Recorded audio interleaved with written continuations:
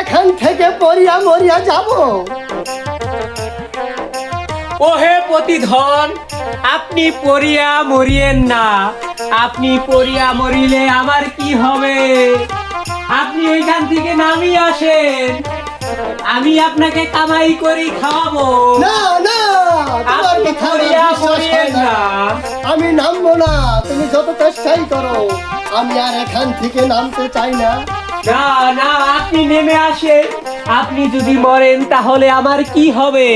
ওহে প্রতিধন, প্রতিধন, আপনি সুসম্মানে আমার বুকে চলে আসেন, নেমে আসেন আপনি।